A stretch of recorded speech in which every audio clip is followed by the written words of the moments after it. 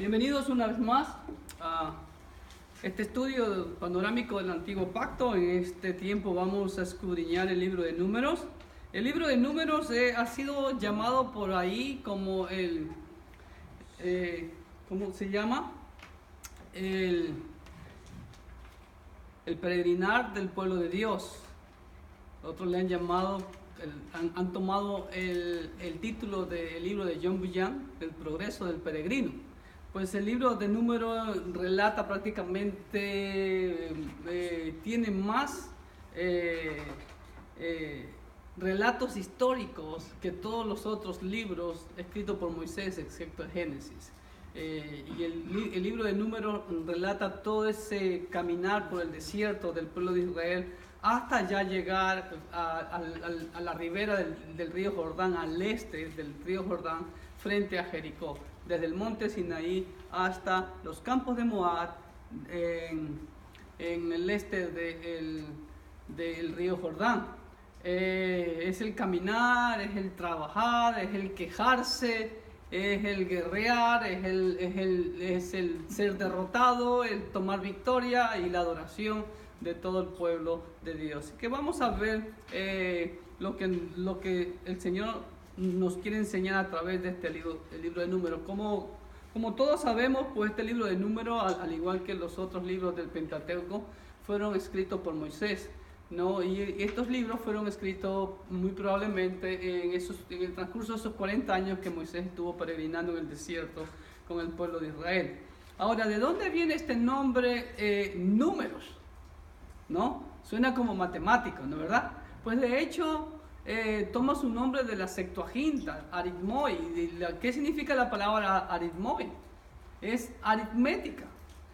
¿Por qué? Porque habla de la lista de los 2 censos del ejército de Israel. Ojo, no de la población total, sino del ejército de Israel. Todos los que podían sacar espada, como vamos a ver ya más adelante en capítulo 1 y capítulo 26. ¿Ok? Entonces es la lista de los 2 censos. En el capítulo 1 vemos el primer censo y en el capítulo 26 el segundo censo, ya con la nueva generación. En la Vulgata, ¿saben lo que es la Vulgata, no? La Vulgata es la traducción al idioma latín de la Biblia y es la versión oficial de la Iglesia Católica Romana. En la Vulgata se le llama numeri, de donde viene el nombre, pues, números, ¿ok? Pero el verdadero nombre en hebreo es Bemidbar.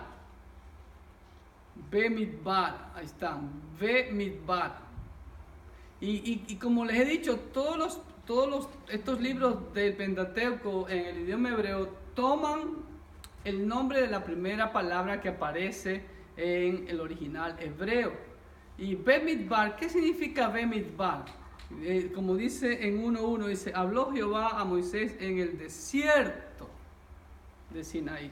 Entonces, Bemidbar significa en el desierto, ¿no? Cuando fueron tomados por la mano de Dios en el desierto. Y esa frase en el desierto aparece 22 veces en todo este libro de Números. Pues deambularon por el desierto pues casi 40 años. ¿Ok? Bueno, 40 años incluido en el desierto de Sinaí. Punto C. El relato histórico de este libro abarca más que los otros libros de Moisés, excluido el Génesis. Relata el caminar, el viajar, el trabajar, el guerrear, el testificar. Pero ¿qué tipo de testificar? ¿Bueno o malo? Malo, del pueblo de Dios y el hablar del peregrino de Dios por 40 años de disciplina en el desierto. Ellos hubieran llegado después del monte Sinaí, pues no menos de 3 años ya hubieran estado en la tierra prometida. Pero lamentablemente pues todos sabemos que fallaron y pues por eso Dios los castigó para que ninguno de los que salieron entrase en la tierra prometida. Punto D. En el monte Sinaí, recuerden la orden de Dios, que Dios le dio a Moisés. Cuando liberen al pueblo de Israel tenía que llevarlo ¿a dónde? Al monte Sinaí para que le sirva. Y en el monte Sinaí estuvieron asentados prácticamente 2 años y 2 meses el pueblo de Israel estuvo asentado en el monte de Sinaí, ¿no? En el capítulo 10, versículo 11 dice claramente así, Números 10, 11. Dice, en el año segundo, en el mes segundo, a los 20 días del mes, la nube se alzó del tabernáculo de testimonio y partieron los hijos de Israel del desierto de Sinaí según el orden de marcha. ¿Ok? Si ven, a los 2 años, 2 meses y algunos días. Pero vagaron 38 años por el desierto, hasta llegar al este del Jordán en los campos de Moab, lo que actualmente es el país de Jordania. ¿Ok? Frente a Jericó. Jericó es actualmente es Israel. Y déjenme decirle que parte de lo que actualmente es Jordania, un gran territorio, prácticamente toda la ribera del Jordán, como dice la escritura, donde nace el sol al oriente, al este, era territorio de Israel. ¿Okay? Estaban asentados los amonitas, los moabitas, estaban los amorreos también, y más al sur estaban los edomitas. Ya vamos a ver unos mapas para que ustedes más o menos entiendan. ¿Ok? Punto E. Vamos a dar una pequeña división de este libro de Números. Algunos le dan más divisiones, otros le dan menos divisiones, por eso ya es potestad de cada autor. Yo le doy 5 divisiones a este libro de Números, y la primera división de este libro lo podemos ver desde el capítulo 1 hasta el capítulo 10, versículo 10, prácticamente los preparativos para el viaje desde el Sinaí, ¿no? Desde el capítulo 1 al capítulo 10 son los preparativos, y capítulo 10, versículo 11, ya como acabo de leer, dijo el ginecólogo, parto sin dolor, ¿no? Salieron de Sinaí. La segunda división la podemos ver en la jornada desde el Sinaí hasta Cades Barnea. Ya vamos a ver dónde quedaba Cades Barnea. Podemos imaginarnos, ¿no? Que va del capítulo 10, versículo 11 hasta todo el capítulo 14. La tercera división vemos la jornada que va desde Cades Barnea a las llanuras de Moab, ya desde el capítulo 15 al capítulo 21. ¿Ok? La cuarta división podemos nombrarla como el encuentro con los moabitas y la presencia de ¿quién?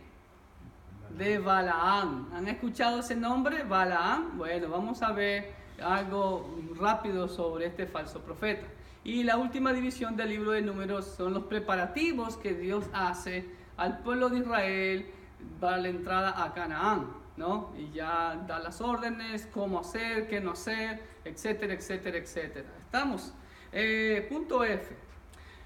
El pueblo de Israel, ¿cómo fue liberado de Egipto? ¿Cómo puede hoy en día, por ejemplo, ustedes ven tantos conflictos que hay a nivel mundial, pero sin embargo ningún país, por así decirlo, puede liberar a un pueblo dentro de otro pueblo? Por ejemplo, los kurdos se me vienen a la memoria porque recibí un folleto de una revista que se llama Mártir, los mártires, ¿no? Sobre los mártires. Y los kurdos no tienen nación. Y el título que leí ahora en ese folleto decía: los kurdos, un pueblo que no tiene nación, encontrando una nación en Dios, un hogar en Dios, ¿no? Entonces, pero el pueblo de Israel fue liberado poderosamente de la mano del Señor. Se le fue dada la ley, una constitución como nación.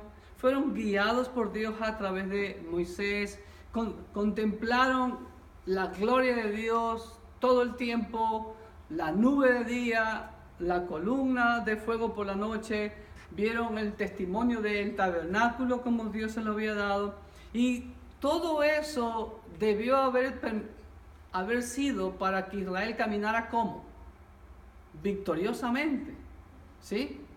En la perfecta voluntad de Dios, pero fracasaron. Entonces, no es por justificarnos, pero hoy en día la iglesia actual, podríamos decirlo, no ha visto esa mano poderosa de Dios en liberar a un pueblo, aunque hemos visto cómo Dios ha hecho regresar a Israel a su tierra desde hace 70 años, etcétera, etcétera. Pero este pueblo vio la mano poderosa de Dios, escuchó la voz de Dios, audible y todo, ¿no? Vieron todo lo que Dios hizo, abriendo el mar, proveyéndoles agua de la roca, proveyéndoles el maná, etcétera, etcétera, etcétera. Pero sin embargo, fracasaron. Debieron de tener victoria tras victoria, pero fracasaron. ¿Pero por qué fracasaron, hermano? ¿Por qué cree usted que fracasaron? ¿Por falta de qué? De fe. El problema es eso, fe. Sin fe es imposible agradar a Dios. El Señor Jesucristo lo profetizó.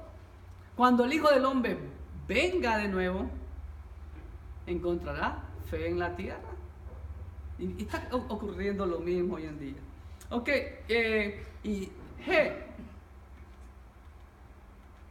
El propósito de los censos demostraron que si Israel no entró en tierra de Canaán, no fue porque eran pequeños en cantidad, eran más que suficiente en cantidad. Un ejército de más de 600,000 soldados, wow.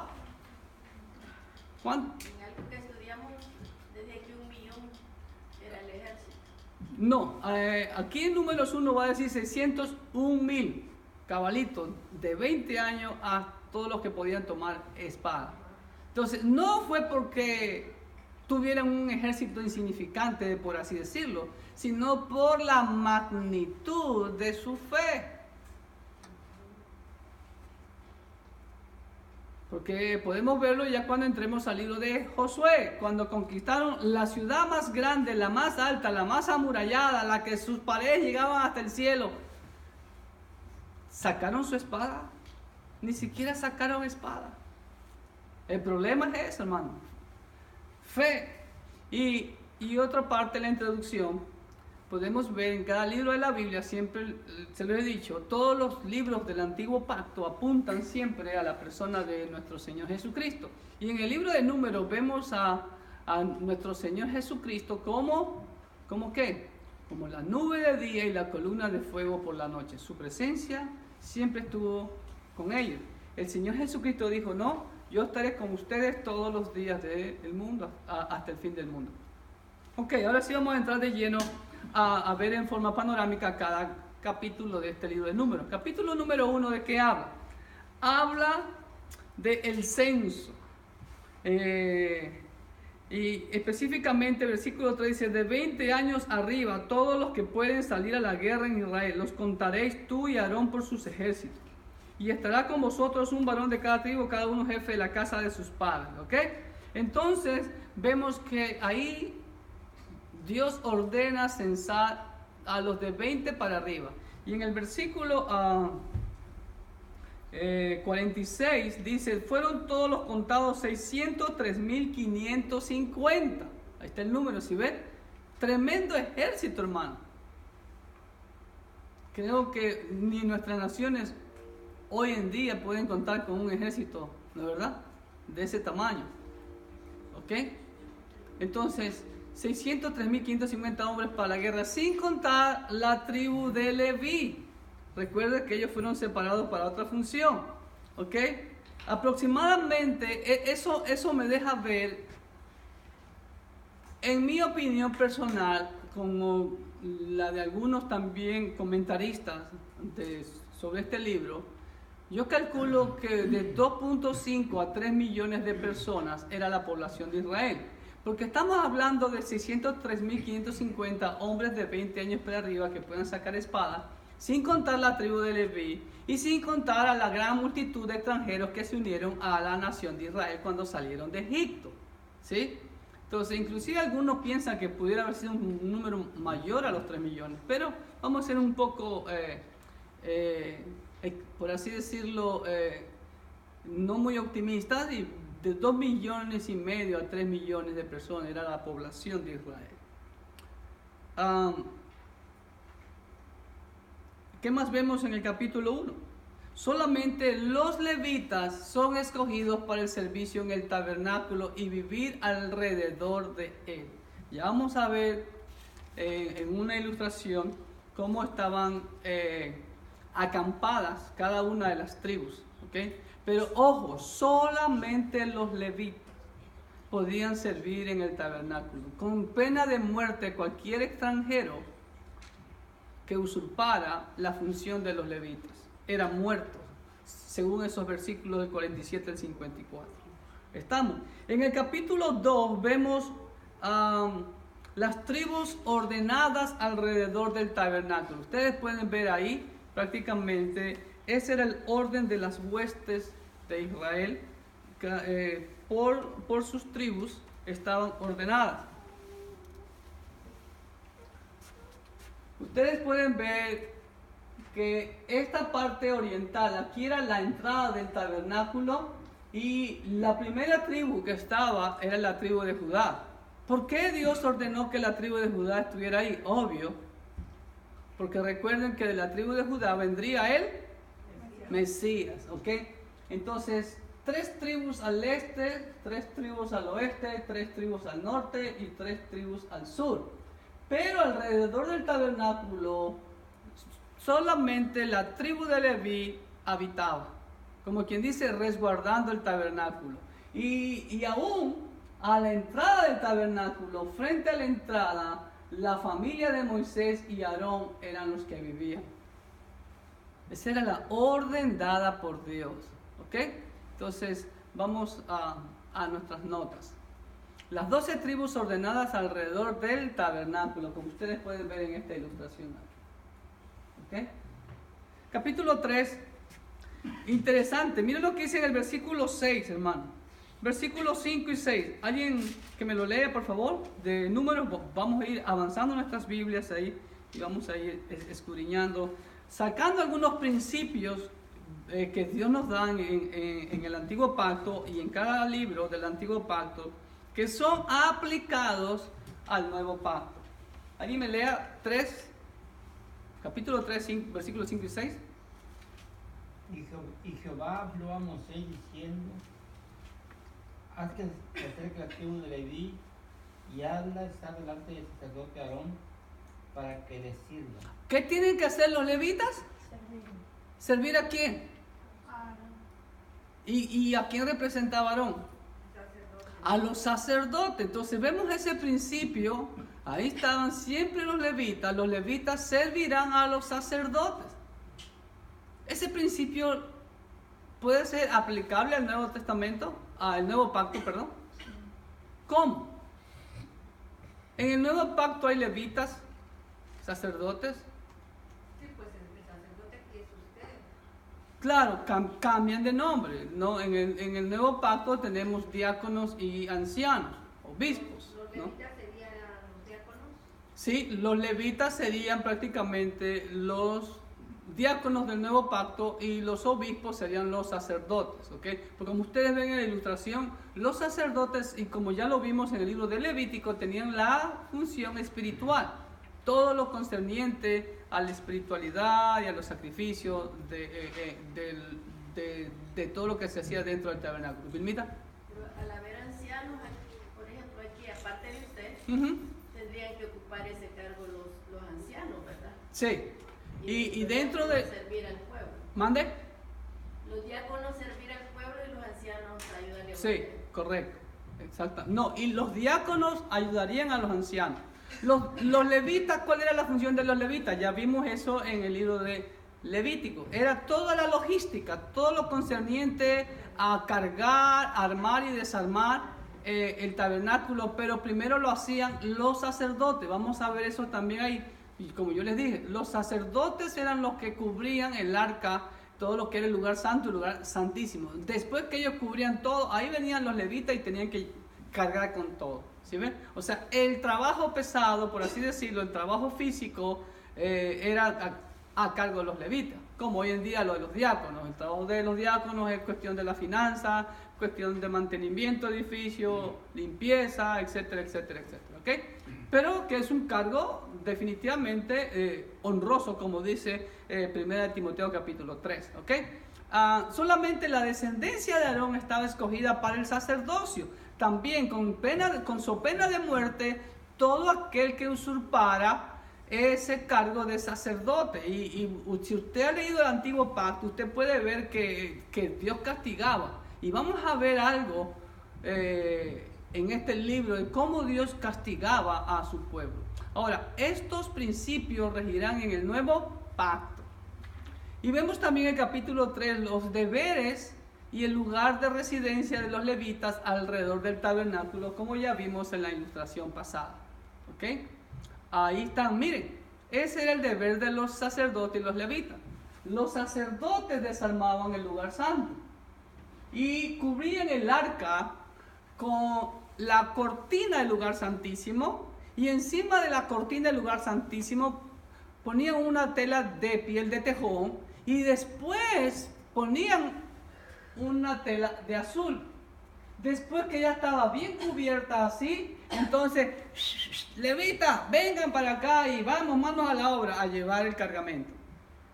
¿Sí? Y así mismo cuando llegaban, y los coatitas, la familia de Gerson y los de Merari, que eran los encargados del tabernáculo, iban en cierto orden, si usted ha leído el libro de Números. Entonces, cuando ya desmontaban el tabernáculo, entonces iba primero una tribu, uno de los encargados de los levitas, de la familia de Coat, no me acuerdo quiénes eran primero, pero después iban otras tribus, y después de esas tribus venía otra familia de los levitas llevando otra parte del tabernáculo. O sea que los que llegaban primero comenzaban a armar el tabernáculo, y después llegaban los otros, y ya armado lo primero, venían armando lo segundo, y después lo final del tabernáculo. Cada vez que la nube se alzaba y se movía, como ustedes ven, si solo los levitas ingresaban el arca. Pero como ustedes ven en esta ilustración, el arca cada vez que salía del tabernáculo era cubierta. Cuando lleguemos al libro de Josué, ahí yo tengo una incógnita. Yo creo que la Biblia no me da respuesta. ¿Ok? Pero cuando lleguemos al libro de Josué, ahí les tengo una pregunta. ¿Ok? Ustedes entonces pueden ver el lugar santo y detrás de la cortina el lugar santísimo, como ustedes pueden ver en esta ilustración. ¿Ok? Capítulo 4. Pastor, Sí. ¿puede regresar un poquito dónde quedaron los levitas en el orden? ¿En el orden? En el mapita. En el mapa, ok. Aquí está. Toda la tribu de Leví habitaba alrededor del tabernáculo. De la familia de Coat, de la familia de Gersón y de la familia de Merari. Entonces eran 3 grupos de levitas que eran encargados de llevar, cargar y limpiar, etcétera, todo lo que era el tabernáculo. ¿Ok? Estamos. Oops, sorry. Ok, en el capítulo 4, ¿qué vemos? En el capítulo 4 vemos que solamente Aarón y sus hijos deben desarmar el lugar santo y santísimo. ¿Sí ve? Eso lo dice de los versículos 5 al 15. Vemos, como les dije hace un momento, los deberes de los hijos de los coatitas. ¿Qué tenían que llevar los coatitas? ¿Qué tenían que llevar los de la familia de Gersón? ¿Y qué tenían que llevar los de la familia de Merari? ¿Okay? Y también vemos el oficio de Eleazar, que estaba a cargo del alumbrado, del incienso aromático y del aceite de la unción, el cargo de todo el tabernáculo y de todo lo que está en él, del santuario y de sus utensilios. Prácticamente como que Eleazar era el encargado de que él supervisara todo eso, ¿ok? En el capítulo 5 vemos algunas leyes de pureza, la necesidad de la pureza, leyes sobre los leprosos, tenían que vivir fuera del campamento. Vemos también en el capítulo 5 las ofrendas de las cosas santas, ¿sí? Pertenecen al sacerdote. Si ven, no solo los diezmos pertenecían a los levitas, sino aún, como vimos en el libro de Levítico, y el Señor lo vuelve a repetir, habían ciertas ofrendas que le pertenecían a los sacerdotes. Miren lo que es el versículo 9 y 11 de este capítulo 5. Toda ofrenda de todas las cosas santas que los hijos de Israel presentaren al sacerdote, suya será. Y lo santificado de cualquiera será suyo. Asimismo, lo que cualquiera diera al sacerdote, suyo será. ¿Sí? ¿Se da cuenta? Dios tuvo cuidado de sus siervos para proveerles. ¿Se dan cuenta? Pero ¿cuál es el problema hoy en día?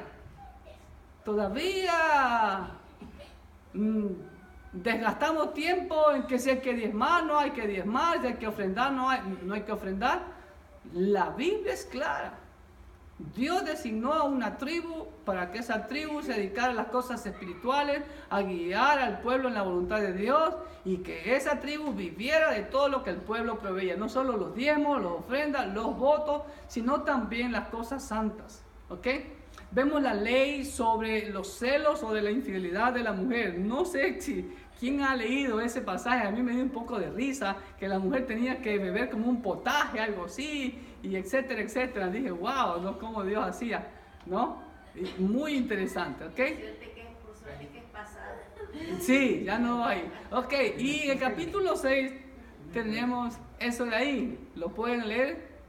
Son los últimos versículos del capítulo 6, lo que se conoce como la bendición arónica. ¿Ok? Se lee desde aquí para acá. Llevaré, ellos ponen Adonai, pero aquí no dice Adonai. ¿Sí ven? No, estoy en el capítulo 6. Llevaré, y aquí dice Adonai, pero aquí ¿qué dice? ¿Alguien entiende lo que dice ahí? Yo les he enseñado, son las 4 letras del nombre más santo de Dios. Es lo que se conoce como el tetragrama. Es el nombre de Dios. Yahweh, Yahvé, Yevé, Llevó. Nadie sabe cómo se pronunciaba. ¿Por qué? Porque si usted se da cuenta, todas las palabras de acá tienen puntitos y rayitas. ¿Sí ve? Pero el nombre de Dios no. Y está aquí y está acá. Y está acá también, si ve 3 veces en la bendición arónica. Llevaré llevar Adonai Bishmereja, Yaer Adonai Panah Beleja Bijunekta. Y hacer Adonai Panah Beleja Bijunekta Beabdelesa Shalom. Ahora, los judíos, los israelitas, después de un tiempo cambiaron la pronunciación cuando encontraban las 4 letras que formaban el nombre más santo de Dios. Siempre dicen Adonai, aunque lo escriben con el tetragrama. ¿Sí ve? Y aquí dice Adonai. ¿Ok? Entonces vemos en el capítulo 6 cómo Dios le enseñó a Aarón cómo bendecir a su pueblo. Y también vemos algo muy interesante, los votos del nazareo. No del nazareno, el nazareo. ¿Se acuerda de eso? Sansón, muy bien, se nos viene a la mente Sansón. Sansón fue un nazareo, ¿sí? Y ahí estaban, ¿cuáles eran los requisitos que tenía que tener un nazareo? ¿Ok? En el capítulo 7, nuevamente vemos algo, wow, un principio, hermano, que todavía está en vigencia, pero que no se lo practica. ¿Qué hicieron los líderes? Todos los líderes de Israel, ¿qué trajeron? Ofrendas. Todos, dice. Entonces los príncipes de Israel, los jefes de las casas de sus padres, los cuales eran los príncipes de las tribus que estaban sobre los contados, ofrecieron y trajeron sus ofrendas delante de Jehová. 6 carros cubiertos y 12 bueyes, por cada 2 príncipes un carro y cada uno un buey, y los ofrecieron delante del tabernáculo. ¿Sí ve? Entonces aquí vemos un principio que siempre les he enseñado. ¿Cuál es ese principio, hermano? ¿Ah? El líder es ejemplo en todo a los demás. Y ahí está, mire, hermano, si usted se da cuenta, el capítulo 7 le dedica 89 versículos y nombra a cada uno de los líderes de cada tribu. Y prácticamente es el mismo relato por cada líder. Llevaron igualito, todos. Pero ¿por qué Dios hace que se repita? Pudiera haber dicho en forma general, ¿no es verdad? Pero lo mismo, repite 12 veces. Para que no se olvide, si usted es líder, tiene que ser ejemplo en todo. Yo no puedo estar pidiendo diezmos si yo no estoy diezmando. Yo no puedo estar parado ahí en el púlpito cantando que el Señor es mi todo, el Señor es mi rey, etcétera, etcétera, y yo no diezmo. Es un mentiroso, es un falso. ¿Ok? Vamos al capítulo 8. Capítulo 8 habla del encendido de las lámparas. ¿Sí ve? Esa era la lámpara que había a ver. ¿De qué lado en el lugar santo cuando el sacerdote entraba estaba ubicada la lámpara? Yo ya lo he dicho. A la izquierda. Muy bien, Berito. Te has ganado un separador bíblico. ¿Ok? Ya mismo te lo entrego. ¿Ok? Muy bien. A la izquierda estaba la menorá o el candelero. Entonces, capítulo 8 habla del encendido de las lámparas y el candelero. Y habla de la purificación de los levitas, que servirán en el ministerio desde los 25 hasta los 50 años de edad. En el ministerio, después de los 50 años de edad, podían ser solamente guardianes del templo. ¿Ok? ¿Ah? Ya se pasaron los levitas. Entonces, no, bueno, mis 2 diáconos todavía no tienen 50, ¿no? Están pollitos todavía. Están cipotes todavía. Ok, capítulo 9, hermano. Nuevamente, hermano. ¿Será que se le olvidó a Dios que ya lo había dicho en Éxodo, lo había dicho en Levítico? Ahora en Números lo vuelve a reafirmar. La orden de celebrar, ¿qué cosa? La Pascua.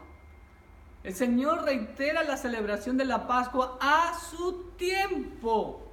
¿Por qué Dios lo repite tanto? Y hoy en día, ¿qué hace el pueblo de Dios? Lo celebra cuando le da la gana y en la forma que le da la gana, no en la forma de Dios. Y vemos también la nube como guía de Israel. Ahora, los israelitas no fueron a los lugares que vemos en todo el libro de Números, prácticamente, porque quisieron.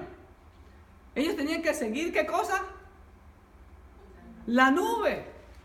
Simplemente vamos bajo la nube, donde nos lleve la nube. Y Dios lo llevaba por cuestión de que Dios tenía su propósito. ¿Okay? Capítulo 10, vemos las trompetas de plata que hace el Señor, que le da la orden a Moisés que las fabrique. ¿Para con qué propósito? Para convocación. ¿Sí? Y vemos también ya en el capítulo 10, hasta el versículo 11 en adelante, la salida de Israel ya desde el monte, el desierto de Sinaí, hasta el desierto de Parán. Ahora, mire lo que dice la escritura. Dice, cada uno salía en orden según su bandera. Mire, aquí está la bandera de Dan, de Neftalí, de Asar. Si ve, gracias a los hermanos que hacen estas ilustraciones. ¿Sí? Ahora, ¿le llama la atención algo eso? Cada tribu tenía su bandera. Hay una secta ahí, la secta de los testigos de Jehová, no tienen bandera. Ellos se oponen a las banderas y al juramento a la bandera. ¿Ok? El juramento a la bandera no es que es una idolatría, es un símbolo en el cual uno jura lealtad a su país, ¿no? Y es impuesto por las autoridades.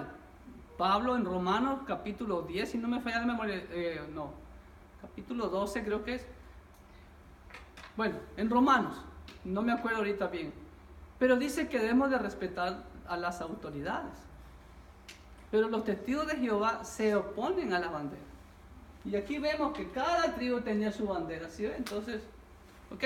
Entonces, capítulo 10, vemos... Cristianos tenemos nuestra bandera también. ¿Mande? Como cristianos. Claro, ahí está nuestra bandera, la bandera cristiana, ¿no? Cada país tiene su bandera. También tiene oración, ¿verdad? Voto. Sí, voto, claro, el juramento a la bandera cristiana. Y bueno, quiero hacer una pequeña, por así decirlo, una felicitación. El único país en el mundo que tiene una Biblia en su bandera es República Dominicana. Los felicito a los hermanos. Ok, al país hermano. Las trompetas de plata para convocación y la salida de Sinaí al desierto para cada uno según su bandera. Y entramos ya, ok, comienzan a salir, hermano, comienzan las jornadas, comienza la travesía hacia la tierra prometida, ¿sí? Que debieron haber llegado fácil en cuestión de un par de meses por ahí, pero ¿qué pasó? ¿Qué vemos en el capítulo 11? ¿No? El capítulo 11 ya comienza otra vez más, vemos a los quejumbrosos. ¿Y qué pasó con los quejumbrosos? Dios mandó castigo y mandó fuego en una parte del campamento, como ustedes ven ahí en la ilustración. Y le llamaron a ese lugar Tavera, porque el fuego de Jehová se encendió en ellos por quejumbrosos. Y también vemos de los versículos 4, hermano, vemos algo triste que lamentablemente, eso sí lo practican hasta el día de hoy. Los extranjeros contaminaron al pueblo de Israel. Y la gente extranjera que se mezcló con ellos tuvo un vivo deseo, y los hijos de Israel también volvieron a llorar y dijeron: ¿quién nos diera a comer carne? Nos acordamos del pescado que comíamos en Egipto, de balde, de los pepinos, los melones, los puerros, las cebollas y los ajos. ¿Quiénes lo contaminaron? Los extranjeros. ¿Sí ven? Y hoy en día se casan con impíos y no, conmigo va a ser diferente. Bueno, ahí está. Entonces, vemos primeramente castigo con fuego a los israelitas por quejarse contra Dios, versículos del 1 al 3, en este capítulo 11. Vemos que los extranjeros contaminan al pueblo. ¿Eso fue un buen o un mal liderazgo? Un mal liderazgo, y eso lo vemos hoy en día también, lamentablemente, ¿no? Para contaminar a una congregación no se necesita de mucha gente. Un poquito de levadura, dice la Biblia, leuda toda la masa. Igual, hermano, aquí sí, casi se me salen las lágrimas en los versículos del 10 al 15, la queja de Moisés. ¿Sabe cuál fue el pedido de Moisés? Que le quitara la vida al Señor. Ya estaba. Hermano, ¿cuántos años habían transcurrido hasta que llegaron aquí hasta Tavera? No habían transcurrido ni 3 años. Imagínense, ya el pobre Moisés estaba deseando que el Señor le quitara la vida. ¿Por qué, hermanos? ¿Por qué? Si así lo haces tú conmigo, yo te ruego que me des muerte, si he hallado gracia en tus ojos. ¡Wow! Me pegaron duro esas palabras de Moisés. Y el hombre más manso de la tierra. No habían pasado ni 3 años. Recuerde que salieron, miren, el capítulo anterior, versículo 11, 10:11 dice: en el año segundo, en el mes segundo, a los 20 días del mes, la nube se alzó del tabernáculo del testimonio, y partieron los hijos de Israel del desierto de Sinaí, según el orden de marcha, y se detuvo la nube en el desierto de Parán. Y creo que fueron 3 días de camino. Versículo 33 de capítulo 10. Así partieron del monte de Jehová camino de 3 días.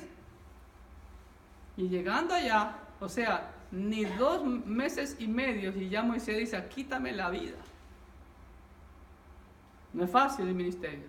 Vemos también que Dios le ayuda a su siervo. ¿Cómo Dios le ayudó a su siervo? Dios escoge 70 ancianos. Es Dios quien los escogió. ¿Y qué hace sobre esos 70 ancianos? Derrama de su Espíritu Santo. Vemos el derramamiento del Espíritu Santo. Y ojo, ¿qué tienen que hacer estos ancianos con Moisés? Miren lo que es la palabra clave ahí. Y encargó a los 70 ancianos. Así dice claramente, literalmente: les encargó.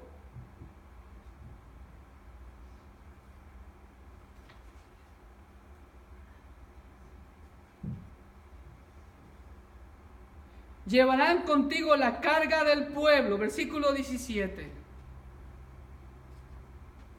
¿Qué principio vemos ahí, hermano? Mañana pasado, si nuestra iglesia tiene ancianos, ¿qué van a hacer? Van a llevar la carga del pueblo. ¿Se dan cuenta?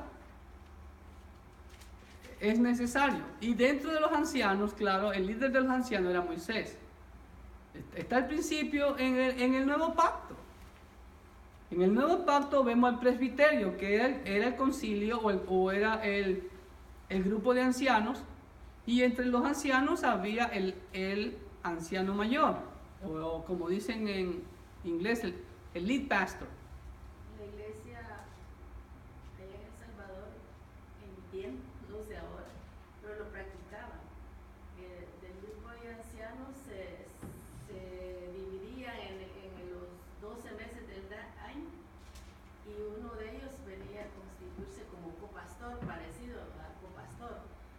Y si le tocaba en tiempo que el pastor estaba en el instituto o tenía vacaciones, Él ejercía la función del pastor. Correctísimo. Y que debe ser así. Y solamente Moisés y los 70 ancianos tomaban las decisiones por el pueblo. Y eso lo vemos también en el nuevo pacto. Por eso yo siempre le he dicho, con mucho respeto y humildad, yo soy bautista, pero yo no veo en la Biblia el gobierno democrático congregacional. Veo en la Biblia el gobierno de ancianos. directamente no se dice democrático, No. pero sí hay cosas que se practica la democracia. No dice ahí, pero se practica. Bueno, hay la democracia o libre albedrío el pueblo puede hacer lo que quiera, pero yo veo en el nuevo pacto que cuando había un conflicto, Hechos capítulo 15, estuvieron los ancianos. Siempre es asunto de ancianos. Cuando Pablo llega a Mileto, ordena que vengan los ancianos de Éfeso. Ni los diáconos siquiera aparecen ahí. Siempre que había un conflicto, yo lo que veo es que venían los ancianos. Pues eso hay que practicarlo, hermanos. Y es lo que tenemos que apuntar al modelo bíblico. ¿Ok? Y estos 70 ancianos constituirían lo que luego creo que es el Sanedrín. Algunos creen que de ahí viene el Sanedrín. ¿Ok? Moisés también desea que todos profeticen, buen liderazgo. ¿Sí ve? Porque había dos que no habían llegado, pero sí estaban en la lista y que también les cayó el Espíritu Santo y comenzaron a profetizar. Y Moisés respondió y dijo, ojalá todo el pueblo de Jehová fuese profeta. Bueno, todo el pueblo de Jehová tiene que ser profeta. Y profeta no es que da adivinación. Y wow, hermano. ¿Saben primera o segunda de Crónica? Está en mi celular que lo estoy usando. Dice que los hijos de Jedutún, creo que eran los de Jedutún, profetizaban con los instrumentos musicales. Entonces ahí está más específico que la palabra profetizar no tiene nada que ver con adivinación ni el futuro, es ministrar, alabar, proclamar a Dios, ya sea con la palabra o con la música. ¿Se dan cuenta? ¿Ok? Y vemos también que, Dios le dice, ¿quieren codornices? Tomen las codornices, que hasta por los ojos les salieron las codornices. ¿Ok? Y llegaron hasta Hazerot.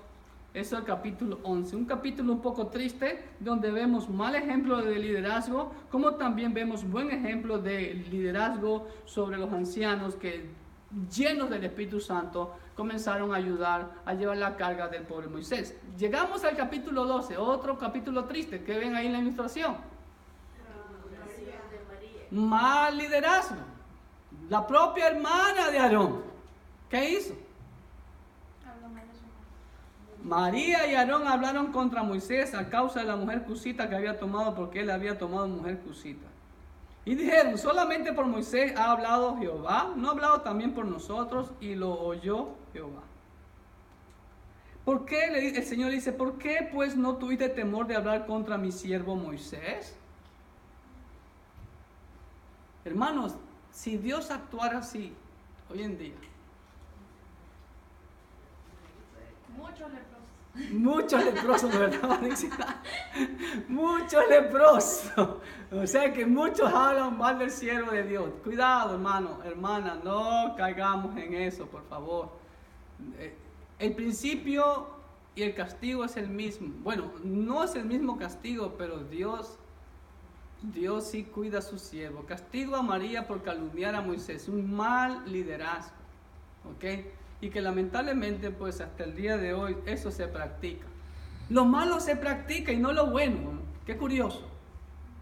Y capítulo 12 finaliza con la llegada a Parán, ¿ok? Llegando a Parán o a Cades, en el desierto de Parán, el capítulo 13, vemos que Dios le ordena que envíe a que reconozcan la tierra de Canaán, ¿ok? Y bueno, todos saben esa historia, ¿no es verdad? La contamos mucho a nuestros niños. Ahora, ojo, versículo 17 del capítulo 13. Quiero hacer hincapié en 3 versículos aquí. El 17. Los envió pues Moisés a reconocer la tierra de Canaán, diciéndoles: subid de aquí al Neguet y subid al monte. Versículo 21. Y ellos subieron y reconocieron la tierra del desierto de Sin hasta Rehob, entrando en Hamat. Ok, ¿dónde queda eso? Y subieron al Neguet y vinieron hasta Hebrón. ¿Dónde queda eso? Por eso es importante los mapas y la geografía. Ok, entonces déjenme primeramente dar alguna enseñanza en este capítulo 3. Envío de espías para examinar la tierra. Buen liderazgo de Josué y Caleb. ¿Qué hicieron los espías? No, tierra de gigantes, nos van a comer, nos van a pisar como langosta, estamos fritos con papas y todo esto. ¿Y qué pasó con el pueblo? El pueblo comenzó a quejarse otra vez y pues dio voces, lloró toda la noche, se quejaron contra Moisés y contra Aarón. Ese es un mal liderazgo. Pero Josué y Caleb tuvieron un buen liderazgo. Dieron buenas noticias, dijeron: no, subamos y tomemos posesión de ella porque más podremos nosotros que ellos. ¿Y qué hizo también Josué y Caleb? ¿Ah? Rompieron sus vestidos, dice, y hablaron a toda la congregación de los hijos de Israel, diciendo: la tierra por donde pasamos para reconocerla es tierra en gran manera buena. Si Jehová se agrada de nosotros, Él nos llevará a esta tierra y nos la entregará, tierra que fluye leche y miel. Hermano, en menos de 3 años ya podían haber estado ocupando la tierra prometida. Pero por los malos comentarios se dejaron llevar. ¿Y qué pasó? Miren, este es un mapa, gracias a Google Earth. Estaban aquí en el monte Sinaí, Jabel Elaz. Acá está el Golfo de Acab, acá está la península de Sinaí, o lo que yo le llamo el diente de tiburón. Aquí queda la moderna Eilat. Okay, este es el límite de Egipto. ¿Sí? Aquí está Israel. Y esta acá es Jordania y esto acá es Arabia. ¿Cuál fue la ruta? ¿A dónde quedaba Kadesh Barnea? Dice la Biblia en el versículo 17: subid de aquí al Neguet y subid al monte. ¿Dónde quedaba el Neguet? ¿Dónde queda actualmente el Neguet? Es el sur de Israel. Todo este de aquí es el Neguet, desierto. ¿Ok? El monte es más acá, ya donde se ve un poco más de vegetación. Pues es el monte. ¿Ok? El versículo 21 dice: ellos subieron y reconocieron la tierra del desierto de Sin hasta Rehob, entrando en Hamat. ¿Dónde quedaba Hamat? Hamat quedaba acá al norte, Siria, más arriba de Damasco, llegando casi al río Éufrates. Hasta allá llegaron los espías, reconocieron la tierra. ¿Ok? Y subieron, versículo 22 del capítulo 13, subieron al Neguet y vinieron hasta Hebrón. Aquí está Hebrón. No aparece en el mapa, pero Hebrón está por aquí. De Jerusalén para acá, al suroeste, por aquí está Hebrón. Entonces, ¿dónde quedaba Kadesh Barnea? Algunos mapas que estuve viendo y averiguando y viendo comentarios, colocan a Kadesh Barnea acá al este en donde supuestamente es Petra, la ciudad esculpida en la roca. Pero no tiene sentido, ¿ok? Porque dice, subieron, sería por aquí. Además, este lugar que existe hasta el día de hoy, en donde yo quiero ir, el Mizpe Ramón, es una zona del Negev, desértica, en donde se han encontrado miles de petroglíficos de las sandalias de los hijos de Israel, en las rocas, esculpida menorás, candelabros, donde demuestra la presencia de los hijos de Israel, donde se han encontrado piedras de Molec, etcétera, etcétera, porque aquí estuvieron asentados. Entonces, muy posiblemente, y también a otros comentaristas dicen lo mismo, aquí quedaba Cades Barnea, por aquí, donde está el Mizpe Ramón. Y de aquí subieron a todo el Negev, subieron a Hebrón y siguieron subiendo. Pero Petra quedaba por acá. Esto es muy desierto, por acá. ¿Estamos? Entonces, los hijos de Israel partieron desde el monte Sinaí, Yabel Elaz, hoy en día, hasta Cades Barnea. Yo me he imaginado que tomaron esta ruta. Yo me la he imaginado. Viendo Google Maps veo que hay como autopistas de desierto, siguiendo toda esa línea. Como lo que vimos en Éxodo, Pijajirot, cañones, ¿no? Ustedes ven todas estas líneas blancas, son como caminos planos, el resto es montaña, todo es montaña. Entonces siguieron todo por aquí. Es lo que yo me imagino. ¿Por qué deduzco eso? Por la evidencia geográfica que dice, y también dice que ahí pelearon con los amalecitas. Los amalecitas estaban en esta área, Amalek. Si vemos desde Génesis, acá no, acá estaban los hijos de Edom, acá estaban los moabitas y acá estaban los amonitas. ¿Se dan cuenta? Entonces, posiblemente ayer a Cades Barnea, hasta ahí llegaron, esa fue la jornada, ¿ok? Ahora vamos a ver el capítulo 14. ¿De qué nos habla el capítulo 14? El pueblo corrompido por el mal liderazgo se quejó contra Moisés y Aarón. Y Moisés y Aarón interceden por el pueblo. ¡Wow! ¿Cuántas veces Moisés intercedió por el pueblo quejumbroso y rebelde? Muchas veces. Vemos el buen liderazgo de Moisés y de Aarón. ¿Sí? Y viene el castigo contra los murmuradores. Y aparte, ¿cuál fue el castigo, hermano? ¿Saben cuál fue el castigo? Versículo 22 del capítulo 14. Todos los que vieron mi gloria y mis señales que he hecho en Egipto y en el desierto y me han tentado ya 10 veces. Hermanos queridos, no habían pasado ni 2 años y medio y ya lo habían tentado 10 veces el Señor. ¿Sí? No, y no han oído mi voz. No verán la tierra en la cual juré a sus padres. No, ninguno de los que me han irritado la verá. ¡Bum! Pero a mi siervo Caleb, por cuanto hubo en él otro espíritu y decidió ir en pos de mí, yo le meteré en la tierra donde entró y su descendencia la tendrá en posesión. Lo mismo que Caleb y Josué, perdón. ¿Sí ve? Ahí está el castigo. Y después de que Moisés les anuncia el castigo, dice, no, ok, perfecto, Moisés, vamos a obedecer. Ay, hermanos, levántense, vamos a combatir a los amalecitas. Y Moisés le dice, no lo hagan, Jehová no está con ustedes. No, sí, vamos a obedecer. Y fueron derrotados. Y se llamó el lugar Horma. ¿Sí ve? Y descendieron el amalecita y el cananeo que habitaban en aquel monte y los hirieron y los derrotaron persiguiéndolos hasta Horma. Mal liderazgo. No es a la manera del pueblo, sino a quién? A la manera de Dios. Entonces son destruidos por los amalecitas. Y lamentablemente hasta el día de hoy el pueblo de Dios no entiende que no es a su manera. Y realmente que un mal comentario, una mala... Seguro. Destruye. Destruyó todo un pueblo, se obstinaron, no, vamos, y Moisés le dijo, Jehová no está con ustedes. ¿Por qué quebrantáis el mandamiento de Jehová? Esto tampoco les saldrá bien. No subáis, porque Jehová no está en medio de ustedes. No seáis heridos delante de vuestros enemigos. Pero necios.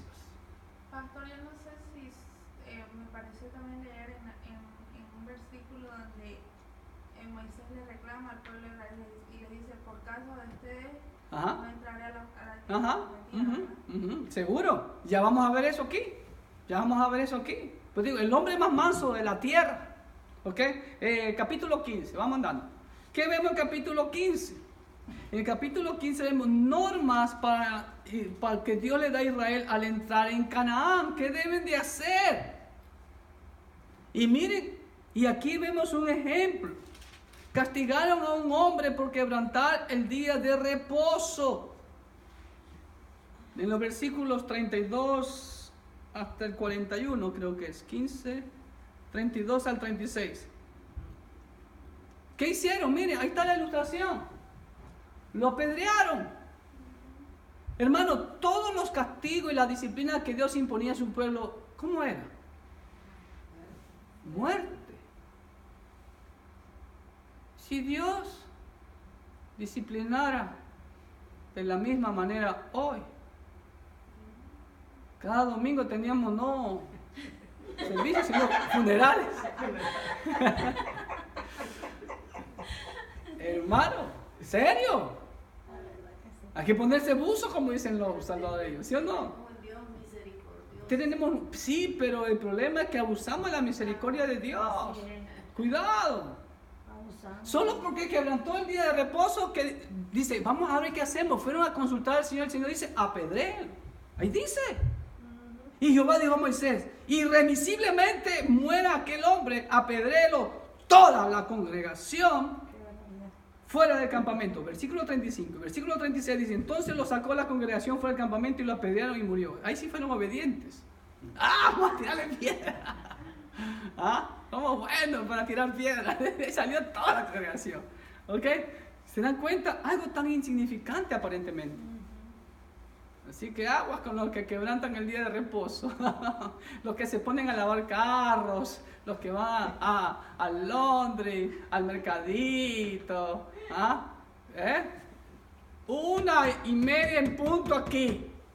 Hasta las 6 de la tarde. ¿Amén, hermano? Amén. Amén. Ok. Vamos a ver capítulo 15. Cuando ya no nos saquen los chelitos. Cuando no nos salgan los heridos. Normas para Israel al entrar en Canaán. Castigo por violar el día de reposo. Y Dios les hace que se hagan un cordón azul. Y siempre tendrían puesto ese cordón azul. Eso les recordaría que su vida era consagrada ¿a quién? A Dios. Así que, hermano, de aquí en adelante voy a traer a partir de este domingo una cintita azul y que se la van a amarrar por todos lados para que recuerden que están consagrados a Dios. Amén, hermano. Amén, hermano. Se olvida todos los domingos. Se les olvida el domingo siguiente. Capítulo 16, vemos otro episodio triste. Porque ese color puede ahorcarlo. O se lo pongo mejor aquí al cuello para mejor darle un temblor y ya. Ok. Capítulo 16 vemos la rebelión de Coré contra el siervo escogido y su consecuente castigo. ¿Qué pasó con toda la familia de Coré? ¿Sí ven la ilustración ahí? Se los tragó la tierra. Mal liderazgo, hermanos. Vemos otro pésimo. Sí, era hijo de Leví, era levita. Aún del mismo grupo de los siervos de Dios. Fíjense, por eso. ¿Sí ve? Y pagaron ahí todos. ¿Ok? Entonces vemos ese mal liderazgo, vemos la rebelión contra el siervo escogido de Dios. Llegamos al capítulo 17 y en capítulo 17 vemos que nuevamente, solo por ustedes habla y bueno, el Señor dice, ok, vengan todos los líderes, cada uno traiga su vara. Yo soy el que escojo, dice el Señor, y el que yo escogiere su vara va a reverdecer. ¿Y cuál vara reverdeció? Otro principio, hermanos. La Biblia está llena de principios y actos. El principio de que es Dios quien escoge y sostiene a sus siervos. Nadie puede usurpar el título de o el puesto de un siervo de Dios si no ha sido llamado por Dios. ¿Ok? Capítulo 18. Vemos nuevamente, hermano, la confirmación de los deberes y privilegios de los sacerdotes y de los levitas. Miren, los levitas nuevamente el Señor dice, servirán a los sacerdotes. 18:2. Otra vez. ¿Por qué el Señor repite? Yo creo que el Señor se le olvidaba que ya había dicho eso. No. Está como el pastor Clever, que se le olvidan las cosas. Conocía al pueblo. Y a tus hermanos también, la tribu de Leví, la tribu de tu padre, haz que se acerquen a ti y se junten contigo y te servirán. Y tú y tus hijos contigo serviréis delante del tabernáculo del testimonio. ¿Sí ven? Aparte de los deberes, también tenían privilegios. Dios proveía de los sacrificios para ellos. Los versículos 6 en adelante. Vemos cómo Dios proveía de las ofrendas, hermano. También para los levitas, no solo, como lo dije hace un momento, no solamente de los diezmos, ¿sí? Y los diáconos sirven a los pastores. Provisión de Dios a sus siervos. Miren lo que recibían ofrendas del versículo 6 al 19. Porque yo he tomado a vuestros hermanos los levitas entre los hijos de Israel, dados a vosotros en don de Jehová, para que sirvan en el ministerio del tabernáculo de la reunión. Mas tú y tus hijos contigo guardaréis vuestro sacerdocio en todo lo relacionado con el altar, y del velo adentro y ministraréis. Yo he dado en don el servicio de vuestro sacerdocio, y el extraño que se acercare morirá. Dios lo repite varias veces. Y vemos también que Dios le ha dado de las ofrendas. Dice ahí, esto será tuyo de la ofrenda de las cosas santas reservadas del fuego. Toda ofrenda de ellos, todo presente suyo y toda expiación por el pecado de ellos y toda expiación por la culpa de ellos que han de presentar será cosa muy santa para ti y para tus hijos. En el santuario la comerás, de todo varón comerá de ella, cosa santa para ti. Mira cómo Dios alimentaba a la tribu de Leví. Llevaban su cordero, su ovejita, su vaquita, y de eso comían los sacerdotes, toda la familia Leví. ¿Se dan cuenta? Aparte de los diezmos. Y en el versículo 25, de los 20 al 24 habla de los diezmos de los levitas, pero del 25 al 32 habla del diezmo de los sacerdotes. Versículo 26, así hablarás a los levitas y les dirás, cuando toméis de los hijos de Israel los diezmos que os he dado de ellos por vuestra heredad, es Dios quien los da. ¿Quién da los diezmos a los levitas? No es el pueblo, dice, mira lo que dice. Recién caigo en cuenta eso. Cuando toméis de los hijos de Israel los diezmos que os he dado de ellos por vuestra heredad, vosotros presentaréis de ellos en ofrenda mecida a Jehová el diezmo de los diezmos, y se os contará vuestra ofrenda como grano de la era y como producto del lagar. Así ofreceréis también vosotros ofrendas a Jehová de todos vuestros diezmos que recibáis de los hijos de Israel, y daréis de ellos a la ofrenda de Jehová al sacerdote Aarón. ¿Es claro o no es clara la Biblia? Capítulo 19, hermano, Dios enseña sobre el sacrificio de la vaca alazana, o más conocida como la vaca roja, que hoy han vuelto. La vaca no tenía que tener ningún pelo de otro color. Hace años atrás ya no existían vacas rojas, pero han vuelto a resurgir. Por eso que Israel está preparado y tiene todito para el tercer templo. Y aún la vaca alazana. ¿Okay? Y esta vaca alazana es tipología ¿de quién? De Cristo. ¿Okay? Capítulo 20. Aquí viene. Capítulo 20, hermano. Un capítulo triste para Moisés. El pueblo se queja en Cades por agua. ¿Y qué hizo Moisés? Harto de las quejas del pueblo, el Señor le dice, ve y háblale a la roca. ¿Y qué hizo Moisés? Ya estoy harto de sus quejas. Agarró y ¡suaz! 2 veces golpeó la roca. Ni siquiera una como la primera vez. No, 2 veces la golpeó. El Señor dijo, háblale a la roca. Pero igual Dios proveyó de agua. ¿Sí? Y entonces ese fue el castigo por la cual Moisés no entró a la tierra prometida. Pero, ni Aarón. Desde antes Caleb y Josué entrarían a la... Sí, pero de los soldados, de los contados. ¿Ok? Aquí ya le dice claramente el Señor a Moisés y a Aarón, ustedes no van a entrar. Por eso, porque no me honraron delante del pueblo. O sea, ya estaba cansado. Renegó de su llamado. Hermano, el hombre más manso de la tierra, imagínense. Wow. Moisés no entra a la tierra prometida por no hablarle a la roca, sino que la golpeó. Vemos que Edom no deja pasar a Israel por su tierra. Y a pesar de que Israel manda embajador, dice, mira, vamos a pagarte todo, no vamos a tomar nada. Si vamos a tomar un vaso de agua, te lo pagamos, vamos a ir por el camino real, déjanos pasar. No, dijo Edom. El Señor dice, ok, no hay problema, no te pelees con ellos, dale la vuelta a Edom, ok. Y vemos que muere Aarón en el monte de Hor, y su hijo Eleazar lo reemplaza. Este capítulo 20.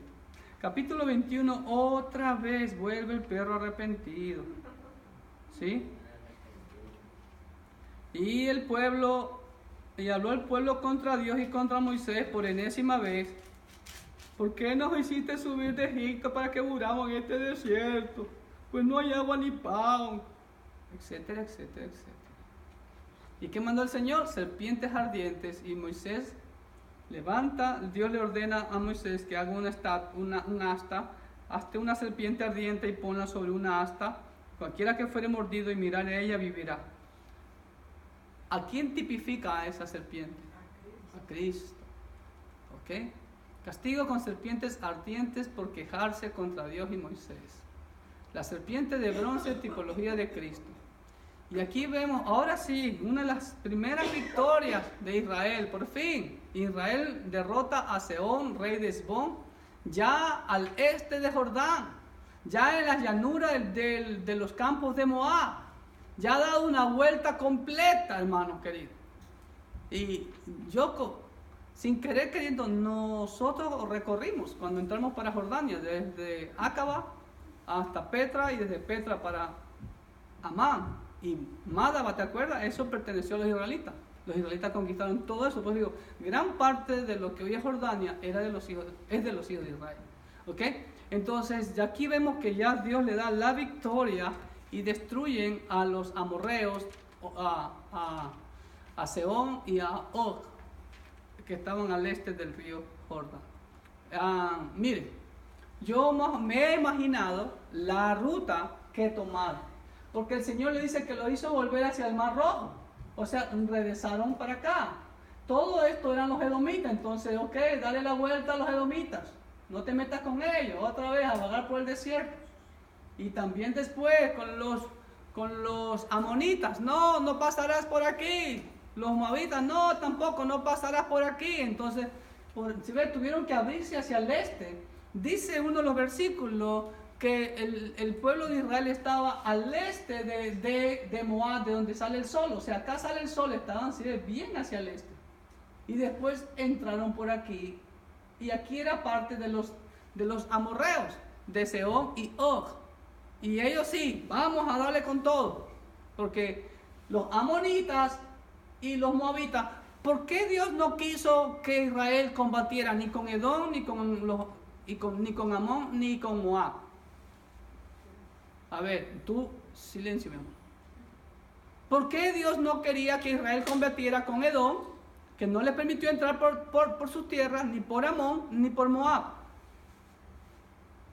¿Ok? ¿No eran parientes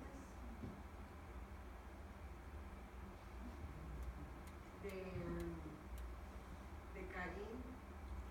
De Saúl. Ajá.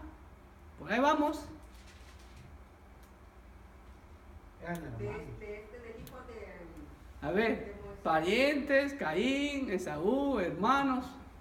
Por ahí vamos.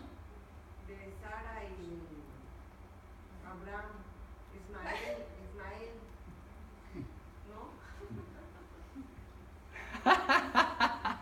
¿no? Ok. ¿Quiénes eran los edomitas? Los de Los de Edom. ¡Exacto! Esaú. De Esaú, rojo. Edom significa rojo. Esaú era rojo, hermano de Jacob. Por eso el Señor dijo, no te metas con tus hermanos, déjalos tranquilos, ¿ok? Después las van a pagar, ¿ok? ¿Y quiénes eran los amonitas y los moabitas? ¿Descendientes de quién? A la 1, a las 2, a las 3. ¿Quién fue el sobrino de Abraham? Lot.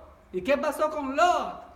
Sus hijas lo emborracharon y cada una se embarazó de su padre y ahí nacieron los amonitas y los moabitas. También son parientes tuyos, tranquilos, después las van a pagar. ¿Ok? Por ahora, vive la fiesta en paz con ellos. ¿Ok? Estamos. Entonces, esa es la ruta posiblemente que ellos tomaron. ¿Ok? Muy diferente como se ve en otros mapas. Si yo me apego a la geografía bíblica, dijeron al este de Moab. Y esto era Moab y acá está el este, así que era un vueltón. ¿Ok? Vamos avanzando. Capítulo 22, hermanos. Israel se establece en los campos de Moab, al frente de Jericó. Capítulo 22 aparece un personaje. Ustedes ya lo ven ahí montado sobre esa pobre burra. El falso profeta Balaam. Miren, el rey de Moab lo mandó a contratar. Balac, rey de Moab, manda a contratar a Balaam para que maldiga a Israel. Pero el ángel de Jehová sale a su encuentro para resistirle y que solo proclamara palabra de Jehová. ¿Ok? Pues no le quedó otra, Balaam, pero después vemos que igual fue traidor. Capítulo 23 y 23, Balaam bendice a Israel desde los lugares altos de Baal. ¿Sí ven? Y Balac, te ven la ilustración, está indignado. Oye, yo te pagué, yo te he llamado, te he pagado para que los maldigas, no para que los bendigas. Pero Balaam dijo, yo te he dicho que lo que me digas Jehová, eso haré. Y ahí los bendijo. Capítulo 24, Balaam y la profecía del reino, hermano. Ahí vemos ahí. Mire que interesante, Dios usó a este profeta falso, aunque sea para dar una profecía sobre el reino mesiánico. Estrella de Jacob, ahí está la famosa estrella de Jacob. Saldrá estrella de Jacob y se levantará cetro de Israel y herirá las sienes de Moab. Es Dios quien lo hace a través de este profeta. Y capítulo 25, bueno, como no pudo maldecir a Israel porque así, ¿qué aconsejó? Mira, ya sé cómo vas a destruir a Israel. Que ellos pequen y su Dios los castiga. Su Dios le ha dicho muchas veces que no se contaminen con los pueblos alrededor. Pues manda a tus hipotas bellas para que se junten con los israelitas y los israelitas les va a caer la baba por las hipotas. Y así hicieron. Y dice, moraba Israel en Sitín y el pueblo empezó a fornicar con las hijas de Moab, las cuales invitaban al pueblo a los sacrificios de sus dioses, y el pueblo comió y se inclinó a sus dioses. Así acudió el pueblo a Baal Peor y el furor de Jehová se encendió contra Israel. ¿Sí ve? Paganismo. Dios se lo advirtió, no se contaminen con ni una pizca, nada, ninguna costumbre, nada lo que hagan. Y ahí cayeron redondito. ¿Ve? La tentación es grande. Entonces, todas las hipotas moabitas fueron y vamos, ¿no? Y se ve. Y terminaron adorando a Baal. Y ahí vino el castigo de... Eso es lo que se llama la doctrina de Balaam contra Israel, contaminación con las moabitas. Y el castigo consecuente, Dios mandó castigo, ¿sí ven? Y vemos ahí un buen liderazgo de Fines. ¿Quién fue Fines? ¡Wow, hermano! Dice que un varón de los hijos de Israel vino y trajo una madianita a sus hermanos y se paseó a ojos del pueblo con la madianita. Él era muy guapo, ¿no? Dice, y a ojos de Moisés y de toda la congregación de los hijos de Israel, mientras lloraban los hijos de Israel a la puerta del tabernáculo de reunión, porque Dios había matado a todos esos que se habían contaminado con los moabitas. Y dice, y lo vio Finees, hijo de Eleazar, hijo del sacerdote Aarón, y se levantó de en medio de la congregación y tomó una lanza en su mano y fue tras el varón de Israel a la tienda y los alanceó a ambos, al varón de Israel y a la mujer por su vientre, y cesó la mortandad de los hijos de Israel. ¡Wow! Hermanos, necesitamos esos Finees en la iglesia, que maten el mal, que corten de raíz el chisme, que corten de raíz. Que se estén haciendo la burla, ¿no? ¿Ah? Este hombre que estaba con la moabita. Con la madianita. Estaba actuando como. Claro, hacer la burla de. así, o sea, él era muy, Sinvergüenza. ¿ah? Muy Casanova, ¿qué? ¿No? Con una pagana en la congregación de Israel. ¿Y qué hizo el pueblo? Solo miró. ¿Qué hizo el pueblo? No hizo nada. Pero Finees dice que agarró una lanza y fue y los... ¿Qué hubieran hecho ahorita? ¿Ah? ¿Qué hubieran hecho ahorita? ¿Qué hubieran visto ahorita? ¿Qué hubieran hecho? Díganme. por favor, Lo díganme. mismo, ver Ver y callar. Ver y callar. Y después murmurar. y que después está murmurar. haciendo Oye, todo eso. sí lo viste a ese con la madianita. Oye, y mira qué guapa era la madianita. Yo ni hubiera aparecido otro día. ¿Ah? En las redes sociales. Ah, en las redes sociales hubiera aparecido. Pero nadie Nadie quiere ponerse en los zapatos de Finees. Y mira el premio que Dios le dio a Finees. Es que le dio celos de Dios. Ajá. Y mira lo que dice el Señor. Por tanto, dile que yo establezco mi pacto, mi paz con él. Y tendrá él y su descendencia después del pacto del sacerdocio perpetuo, por cuanto tuvo celo por su Dios e hizo expiación por los hijos de Israel. ¡Wow! Pero yo no entiendo cómo es que a veces la gente puede murmurar con otras personas en vez de ayudarle a la persona que está equivocada o que está cometiendo un pecado. Porque como dice el chavo, fue sin querer queriendo. A veces no sé si es... Pero eso es pecado también. seguro que sí. O sea, a Y veces aquí lo vemos. nos sorprendemos de la fornicación, a veces nos sorprendemos Parece del algo- adulterio, pero eso es pecado. Hasta ahorita, ¿qué vemos, hermano? Dios es un Dios celoso. Así es. Si ven lo que yo prediqué el día domingo, Dios ni una pizca de infidelidad nosotros vamos a aceptar de nuestras mujeres, ni nuestras mujeres de nosotros. A pesar que podemos estar 50 años casados, que ¿cuánto dije que eran 50 años casados? 438,000 horas aproximadamente. ¿Y qué es una hora que yo me vaya con una mujer? Pero es pecado, eso es abominación y Dios abomina eso. Lo mismo, miren, aquí vemos en los capítulos anteriores que era quebrantar el día de reposo porque salió el día de reposo a recoger leña. Apedréelo, dijo el Señor, irremisiblemente morirá. Pastor, Ujú. pero podemos ver también así como Dios castigaba fuerte cuando él veía una fidelidad de su pueblo, cómo actuaba de una manera. Por supuesto. Aquí. Y sí lo vemos aquí. En la victoria que tuvieron contra antes de la serpiente de bronce, cuando salió al encuentro el rey de Arad y Dios los destruyó. ¿Sí ve? Estamos. Ok, capítulo 26. Otra vez viene el censo, el segundo censo. Pero ya ¿cuántos años habían pasado aquí? Ya habían pasado 36, 37 años. ¿Ok? Y miren lo que dice.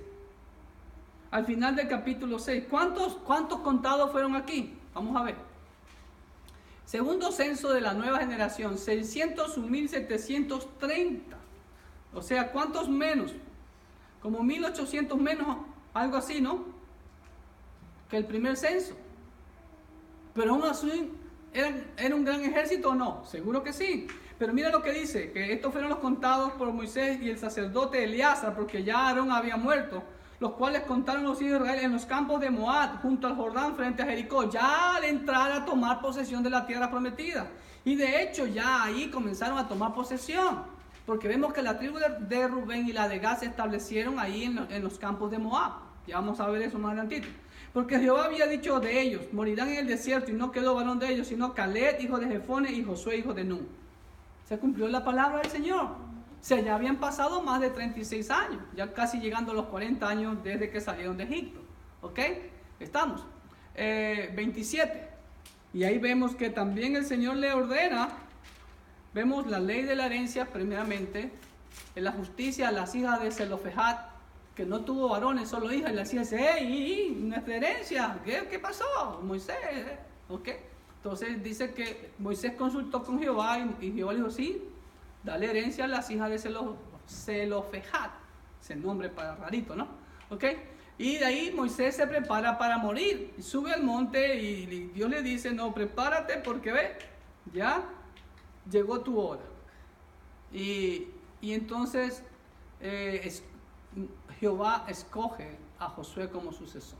Y nuevamente el principio, hermano, ¿quién escoge al siervo de Dios? Jehová. Josué tendría aproximadamente en ese momento cerca de 80 años de edad. Recuerden que cuando salieron de Egipto tenía 40 años de edad. Era joven, 40 años, ¿no?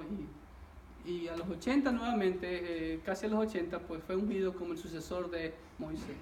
Capítulo 28, nuevamente parece que se le olvidó el Señor, pero otra vez, lo vimos en Éxodo, lo vimos en Levítico, varias veces en Levítico, y aquí, nuevamente, capítulo 28, todo el capítulo 28, el Señor le recuerda, y está, miren, las 7 fiestas de Jehová, y todas esas fiestas, ¿a quién apuntan? A Cristo. Cristo es el centro de la fiesta. Por eso me encantó esta ilustración, aunque no me gusta una imagen humana, por así decirlo, del Señor Jesucristo, porque nadie sabe cómo es Él. Pero vemos que el centro de todas las fiestas es Jesucristo, ¿ok? Y vemos nuevamente, hermano, recordatorio, no sé, por enésima vez, de celebrar las fiestas de Jehová en sus respectivos días. Nuevamente, hermanos queridos, Dios sabe el corazón del pueblo, conoce el corazón del pueblo, y por eso Dios les recuerda rápido que no se desvíen y hagan lo que Él les ordena a la forma de Él. ¿Ok? Capítulo 30, vemos ya la ley de los votos. ¿Sí? Dios ordena sobre los votos que hagan. Capítulo 31, vemos que los madianitas son juzgados, ¿no? Por el mal que hicieron. Y los hijos de Israel también hicieron mal, tomaron del anatema, ¿sí? Nuevamente vemos mal liderazgo. Y los hijos de Israel llevaron cautivas a las mujeres de los madianitas, a sus niños y a todas sus bestias y todos sus ganados, y arrebataron todos sus bienes. Y hermanos, ¿saben cuál fue la orden de Dios? Mátenlos. A todos los varones, niños. Solo a las niñas vírgenes déjenla con vida. A todas las mujeres que ya han tenido relación sexual, mátenla. A todos niños, mátenla. Pero ¿por qué en este caso te respetarías que las mujeres si son paganas? ¿Ok? Porque lo que les he dicho muchas veces, ¿cómo era considerada la mujer? El hombre valía, la mujer tenía que someterse. En cambio el hombre sí podía, mañana pasado, incitar a una rebelión. ¿Entienden? La mujer tenía que someterse a todo lo del marido. A la religión del marido, a todo lo del marido. ¿Se dan cuenta? Y hasta hoy día, ¿verdad?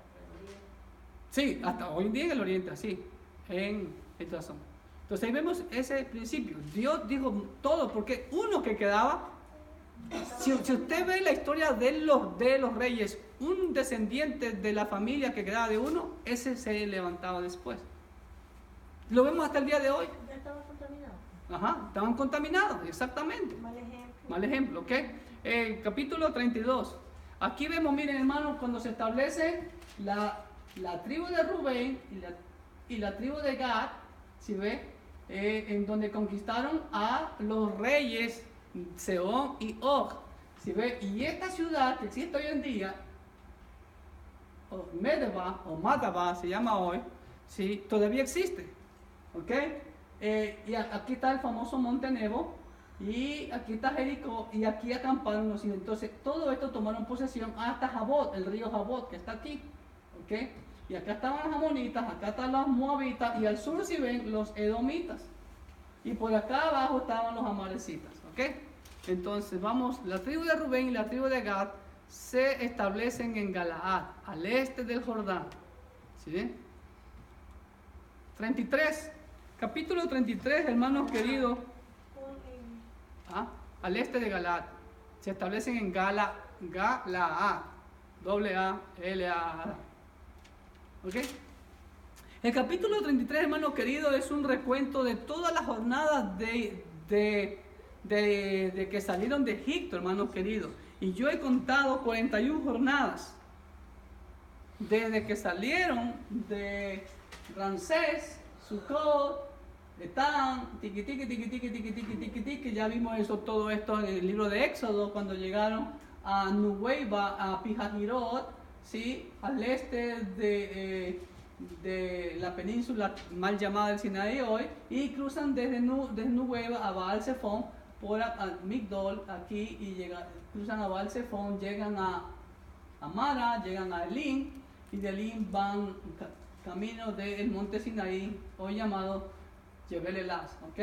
Hasta ahí llegaron, y después desde el monte Sinaí parten hasta Cades Barnea. En Cades Barnea regresan rumbo a el Mar Rojo, dan la vuelta por Edom, bordean Moab y también a los amonitas, y eso es todo lo que dice el capítulo. Y se sentaron aquí en los campos de Moab. Si ve, esta es una foto satelital gracias a Google Earth. Si ve, ahí está Jericó actualmente, esta es una foto actual. El Mar Muerto, aquí está el Monte Nebo, y este es la famosa Madaba, hoy se llama Madaba, ¿sí ve? Esto fue conquistado por los hijos de Israel. Entonces todo, y aquí están los campos de Moab, que hoy en día hay mucho desierto, pero en ese tiempo era un poco más de vegetación. Y este es el río Jordán, ¿ok? Es un riachuelito ahí, ¿ok? Entonces, ¿cuál fue la orden que el Señor les dio? Que en capítulo 23 vemos todo el resumen del viaje desde Egipto a Moab, y advertencia de destruir todo lo conquistado, hermano, todo. ¿Israel hizo eso? No, ¿La iglesia hace eso hoy? no. En Deuteronomio vamos a ver más acentuado, más específico, lo que el Señor le dice que tienen que destruir y que no tienen que imitar. Lo que hacen en los lugares altos, en los collados y debajo de todo árbol frondoso. Y Dios da la orden claramente ahí de que todo vestigio de paganismo tenía que ser erradicado en Israel. ¿Ok? El capítulo 34, preparación para entrar a la tierra de Canaán.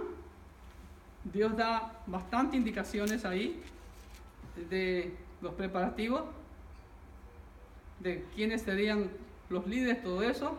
Capítulo 35, la designación. Desde antes de que entraran a tomar posesión, Dios les advierte y les dice claramente que tienen que haber 48 ciudades para los levitas en todas las tribus de Israel. Y dentro de esas 48 ciudades, habían 6 ciudades llamadas ciudades de refugio, en donde huía todo asesino, toda persona que haya matado a alguien, no por sino por accidente que lo haya hecho, ¿ok? No porque lo haya querido matar, sino por accidentalmente. Con premeditación. Y el último capítulo nuevamente hace hincapié sobre las hijas de Zelofejad y la ley de la herencia que quedó establecida. Como Jehová mandó a Moisés, así hicieron las hijas de Zelofejad. ¿Ok? Y hemos llegado a este fascinante estudio y con las ricas enseñanzas del libro de Números. Esperamos que haya sido de mucha bendición para su vida. Dios los bendiga y nos vemos en el próximo estudio con el libro de Deuteronomio. Mi amor.